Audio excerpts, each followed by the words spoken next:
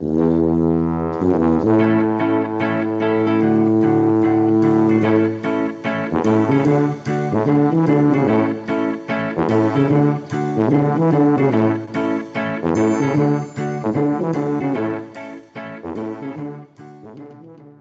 bien, bonjour tout le monde, je m'appelle Isabelle Anne et je vous souhaite la bienvenue aux chapitres d'aujourd'hui. Aujourd'hui, de quoi on parle ensemble? Ben, de vieux livres et de vieux auteurs. C'est ça dont j'ai envie de vous parler. Puis, aujourd'hui, je fais une formule un petit peu différente, hein. D'habitude, je vous raconte, en fait, je vous lis un documentaire numérique. Après ça, je vous raconte une histoire dans un album numérique. Mais aujourd'hui, il n'y a ni documentaire numérique, ni histoire à vous raconter. Vous allez voir, je sais quelque chose. J'espère que ça va vous plaire. Je vais commencer par vous faire un voyage dans le temps à l'aide de photos. Et puis après ça, je vous lis une fable de La Fontaine, mais toute décortiquée. Alors, sans plus tarder, je vais aller chercher mon petit document sur l'histoire du livre. Ah oui, et j'ai oublié de dire, c'est vrai, à la fin, comme d'habitude, on a une période de questions pour ceux qui voudraient me poser des questions. Donc aujourd'hui, je vous parle de l'histoire du livre, mais juste en images. Je vais vous faire quelques commentaires, là, mais c'est pas un livre numérique, là, c'est vraiment juste des images aujourd'hui. Donc, commençons en 2023. Hein, on n'est pas, on n'est pas très loin dans le temps, hein, on est tout à fait dans le temps, disons. En 2023, ben, des écoliers, ça ressemble à ça. Des autos, des ordinateurs, ça ressemble à ça. On le sait, hein, on vit dans cette époque-là. Des écoles en 2023, ça ressemble à ça. En tout cas, pour ceux qui sont chanceux d'en avoir des nouvelles. Et les livres, ben, ça ressemble à ça. Hein, vous les connaissez, les livres d'aujourd'hui, pas besoin de vous les présenter. Mais maintenant, c'est là qu'on commence notre petit voyage dans le temps et on recule. Tiens, allons dans les années 2000. Dans les années 2000, ben, les écoliers, ça ressemble un petit peu à aujourd'hui. Les autos aussi. Les iPods, ils sont un petit peu plus vieux. Il y a des anciennes monnaies un petit peu. Et les livres, ben, ils ressemblaient à ça. Je ne sais pas si vous connaissez celui-là, le livre qui fait aimer les livres, même à ceux qui n'aiment pas lire, mais je vous le conseille fortement, c'est vraiment très drôle.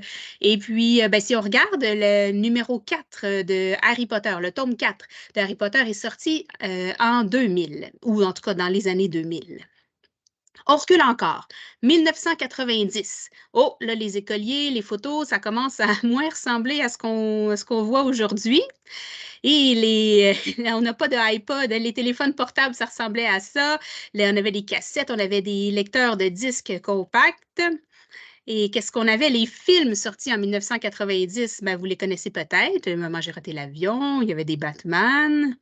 Et les livres ressemblaient à ça. Le premier Harry Potter dans les années 1990, ça fait quand même longtemps, 1990, là. Écoutez, ça fait quoi, 33 ans? Il est sorti en 1990 pile.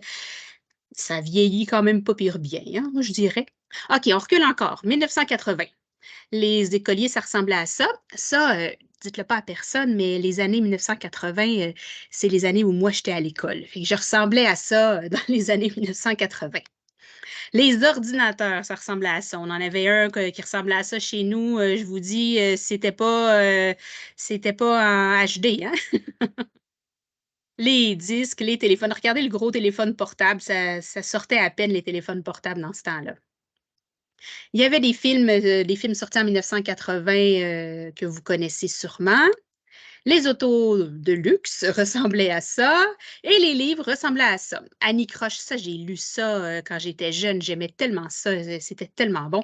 Peut-être que La princesse dans un sac, vous connaissez. Les Yoko Tsuno aussi. On recule encore. 1970, les écoliers ressemblaient à ça. Les ordinateurs à ça. Je ne sais même pas si on peut appeler ça des grosses calculatrices, peut-être. Les radios portatives, ça ressemblait à ça. Les autos. Et les livres, le premier Garfield en 1978, hein, ça fait longtemps quand même, il en écrit encore, c'est fort. On recule encore, 1960. Les radios, ça ressemblait à ça, les autos et les livres peut-être que vous connaissez Les Malheurs de Sophie, Les Contes de la rue Broca, ça ressemblait à ça. Les livres scolaires, imaginez-vous, dans les années 1960. La cuisine raisonnée, très populaire dans l'ancien temps. Louise et sa maman. Hein, je ne sais pas, peut-être qu'en voyant les livres scolaires que je vais vous montrer de plus en plus, vous allez vous trouver chanceux avec vos manuels scolaires d'aujourd'hui. Je pense que oui. Le premier Astérix en 1961. Et on recule encore, 1950. Oh, ça commence à avoir l'air vieux, là, hein, les photos en noir et blanc.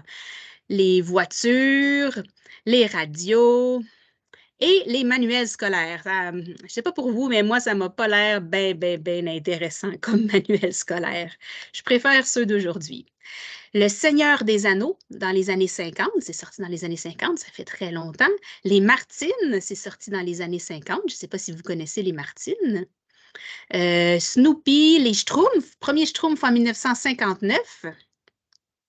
Et on recule encore, 1940.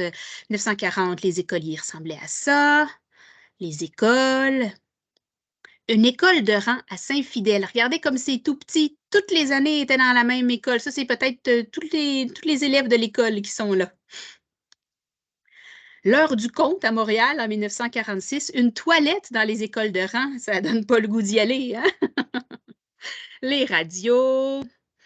Les autos, je passe vite là, pour ne pas vous ennuyer. Si vous trouvez que c'est trop vite, vous pouvez me le dire dans le clavardage. Les motoneiges militaires en 1943. Je trouvais ça intéressant. Ça a quand même l'air presque des bolides spatiaux. Et les autobus scolaires à Québec en 1949. La ville de la Malbaie, ça c'est où est-ce que je suis en ce moment, en 1944. Je ne sais pas s'il y en a qui connaissent, mais ça a beaucoup changé. Et les ordinateurs vers 1940. Imaginez-vous, ça prenait toute une pièce pour un ordinateur. Les livres ressemblaient à ça, pas très attrayant, hein? Et les livres scolaires, encore la cuisine raisonnée ici, ça ressemblait à ça. Eh oui, il y avait des cours de cuisine à l'école, des travaux à l'aiguille, hein? Ils apprenaient à broder, à tisser, et encore des livres de classe. Vous trouvez-vous chanceux maintenant d'avoir vos manuels scolaires?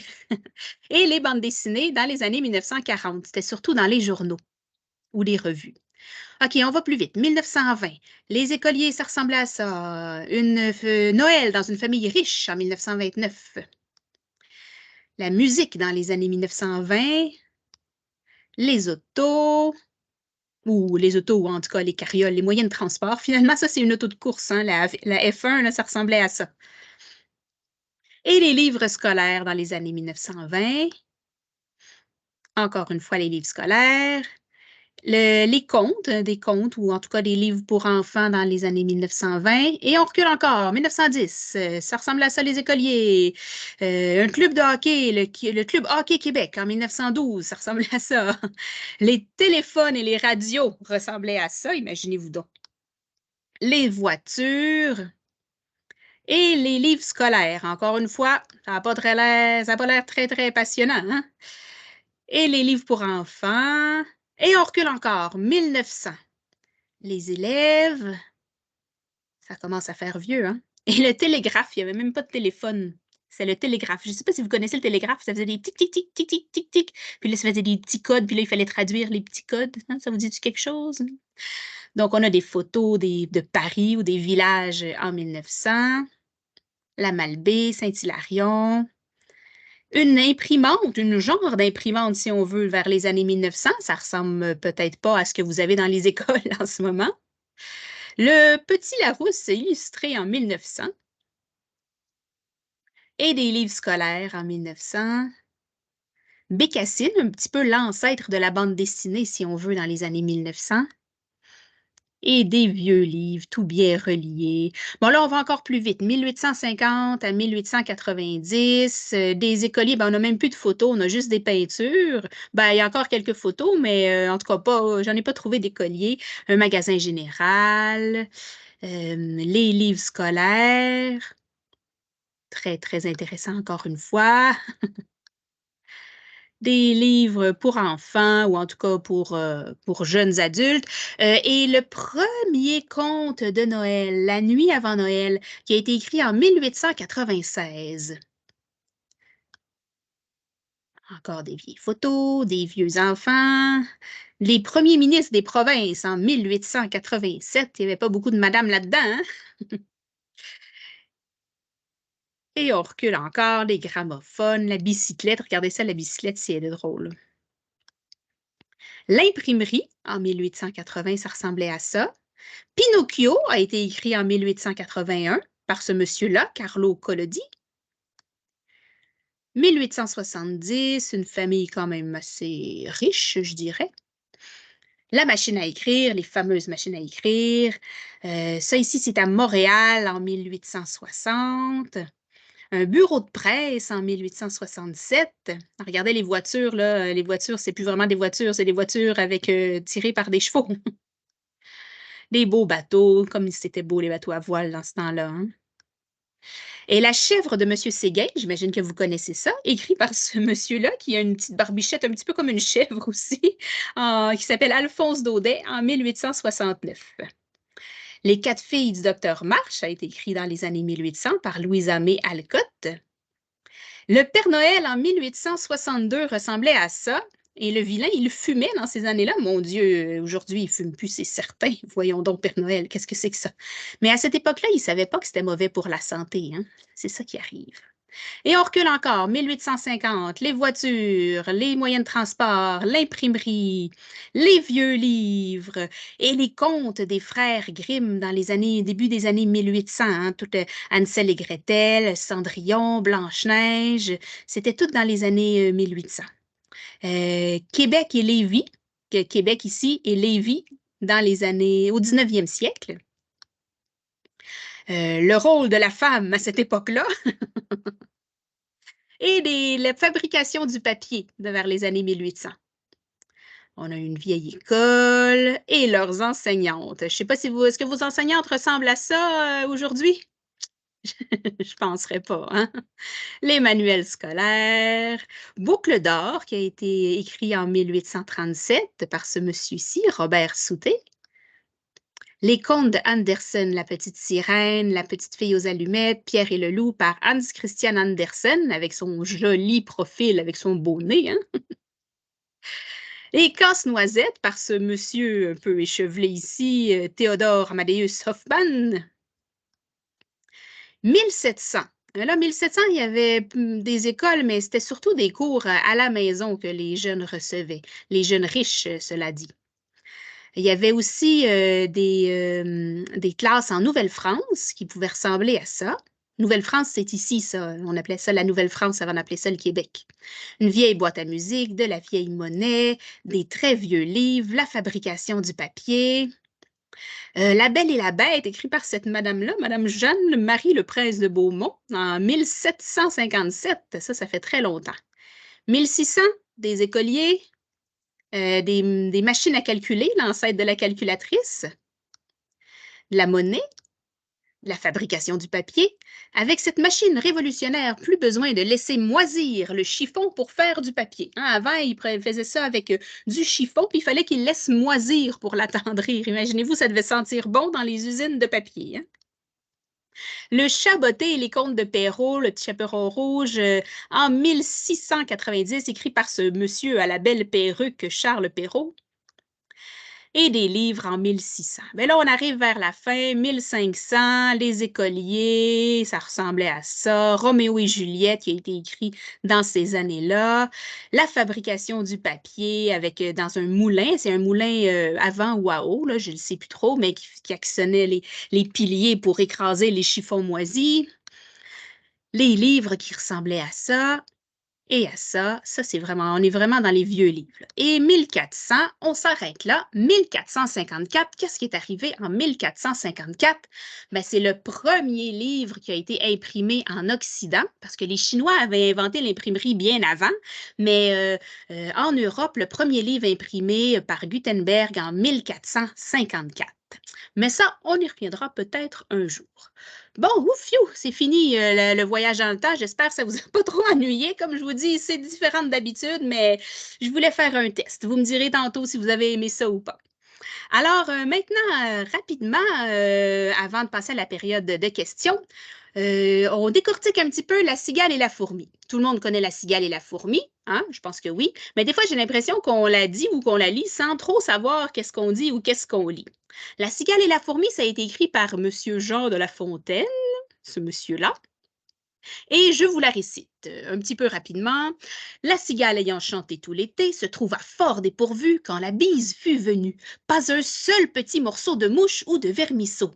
Elle alla crier famine chez la fourmi sa voisine, la priant de lui prêter quelques grains pour subsister jusqu'à la saison nouvelle. Je vous paierai, lui dit-elle, avant loup, foi d'animal, intérêt est principal. La fourmi n'est pas prêteuse, c'est là son moindre défaut. Que faisiez-vous au temps chaud, dit-elle à cette emprunteuse. Nuit et jour à tout venant, je chantais, ne vous déplaise. Vous chantiez, j'en suis fort aise. Eh bien, dansez maintenant. Bon, voilà. Si je vous demande combien de mots est-ce que vous n'avez pas compris là-dedans? Hein? Est-ce qu'il y en a beaucoup? Vous pouvez me le dire dans le clavardage. Allons décortiquer un petit peu ces mots-là. Alors, la cigale qui a chanté tout l'été, elle se trouve fort dépourvue. Hein? C'est quoi ça, fort dépourvu? On pourrait dire, par exemple, en été, Monsieur l'arbre est fort joyeux, car il est bien pourvu de feuilles vertes. Mais en hiver, Monsieur l'arbre est fort triste, car il est dépourvu de toutes ses feuilles. Hein? Est-ce que ça vous éclaire un petit peu? La bise, là, quand on dit la bise fut venue, c'est pas des bisous, là. La bise, c'est plutôt l'air froid. Bertin le pingouin enfile son manteau et son chapeau dès que la bise d'automne se pointe le bout du nez. Au sommet des plus hautes montagnes, une bise froide souffle comme en hiver. J'ai essayé de voir, je crois que j'ai eu un clavardage, mais je n'arrive pas à le voir. Attendez. Oh, plein écran, oui. Pardon. J'oublie toujours mon plein écran. Ah, voilà. Donc, la bise, hein, c'est ce vent froid-là. Pas un seul petit morceau de mouche ou de vermisseau. Un vermisseau, ben, c'est un petit ver. Elle alla crier famine chez la fourmi sa voisine. Et famine, c'est quand on a faim. Famine, monsieur le cuisinier, un petit morceau de pâté, s'il vous plaît. Ou famine, dit le chat bobo qui n'avait pas mangé depuis 3 jours. Donc, quelques grains pour subsister. C'est quoi ça, subsister? Ben, subsister. Mettons, l'écureuil a besoin de ramasser beaucoup de nourriture et de faire de grandes provisions pour subsister tout l'hiver. Hein. Ça veut dire tenir, rester en santé, subsister tout l'hiver. J'ai mis d'autres petites photos d'écureuils parce que je les trouvais trop mignons. Et avant loup, foi d'animal, intérêt et principal. Ben, avant loup, il veut dire avant le mois d'août, tout simplement. Et intérêt et principal, qu'est-ce que ça veut dire? C'est comme si on disait, je vais vous rembourser, je vous le jure, ce que je vous dois en plus des intérêts. Donc, les intérêts et ce que je vous dois, le principal. Nuit et jour à tout venant. À tout venant, ça veut dire à tout le monde, tout le temps. Comme Boris, le fou du roi, fait rire tout le monde, tout le temps. Il fait le pitre à tout venant. Je chantais ne vous déplaise. Donc, ne vous déplaise, c'est que ça te plaise ou non. Hein? Que ça te plaise ou non, tu dois ramasser tes traîneries. Ou encore, tu veux manger du chocolat, mais ne vous déplaise, ce soir, nous mangeons de la soupe au pois. C'est un petit peu décevant, ça. Et j'en suis fort aise. C'est être très content. Ah, vous m'avez apporté un cadeau, j'en suis fort aise. Et voilà, maintenant que vous savez tous ces mots de vocabulaire comme il faut, eh bien, vous pourrez revoir la fable de la cigale et la fourmi, peut-être en comprenant un peu mieux les mots. J'avais prévu vous la raconter, vous la relire encore une fois, mais j'ai l'impression que ça s'étire beaucoup. Alors, je pense qu'on va passer à la période de questions tout de suite, à moins que, en levant la main, vous me disiez que si vous voulez si vous voulez que je vous relise la fable. Donc, si vous votez, levez la main pour que je vous relise la fable. Sinon, en attendant, je veux vous montrer ceci, un petit padlet que je vous ai préparé. Ah, il y a beaucoup de mains levées. Bon, ben allons-y. Donc, je vous la relis. Je vous relis ma petite fable. Où est-ce qu'elle est? Elle est ici. C'est parti. La cigale ayant chanté tout l'été se trouva fort dépourvue quand la bise fut venue. Pas un seul petit morceau de mouche ou de vermisseau. Elle alla crier famine chez la fourmi sa voisine, la priant de lui prêter quelques grains pour subsister jusqu'à la saison nouvelle. Je vous paierai, lui dit-elle, avant loup, foi d'animal, intérêt et principal. La fourmi n'est pas prêteuse, c'est là son moindre défaut. Que faisiez-vous au temps chaud, dit-elle à cette emprunteuse. Nuit et jour, à tout venant, je chantais, ne vous déplaise. Vous chantiez, j'en suis fort aise. Eh bien, dansez maintenant. Et voilà, si vous voulez, si vous cherchez sur YouTube, là, le lien n'est pas cliquable, mais si vous cherchez sur YouTube la cigale et la fourmi avec Django Reinhardt et puis Charles Trenet, vous allez tomber sur une belle petite vidéo où est-ce que la cigale et la fourmi est mise en chanson. C'est très, très amusant. Donc, j'étais en train de vous dire que je vous ai préparé un petit Padlet. Je vous mets le lien à l'instant dans le clavardage. Voilà, c'est fait. Dans le Padlet, on a une bibliographie autour de l'histoire, une bibliographie autour des livres et de la lecture, des suggestions de lecture que je vous fais. Tous ces livres-là, si vous êtes dans Charlevoix, vous pouvez les emprunter au service des bibliothèques, ne vous gênez pas. Et pour les enseignants qui ne sont pas de Charlevoix, à partir de la prochaine animation, je vais aussi avoir une bibliographie de livres à emprunter, de livres numériques sur Biblius dans la collection nationale. Donc, pour cette semaine, on n'a pas eu le temps, mais avec ma collègue, on vous prépare ça dès la prochaine fois. J'étudie la semaine prochaine, c'est le mois prochain. En tout cas, je ne sais plus ce que je dis. Et vous avez aussi dans le Padlet un petit questionnaire d'appréciation. C'est toujours apprécié que vous remplissiez ça pour nous aiguiller un petit peu, à nous améliorer et puis voir qu'est-ce que vous appréciez davantage. Donc voilà, c'est l'heure de la période de questions.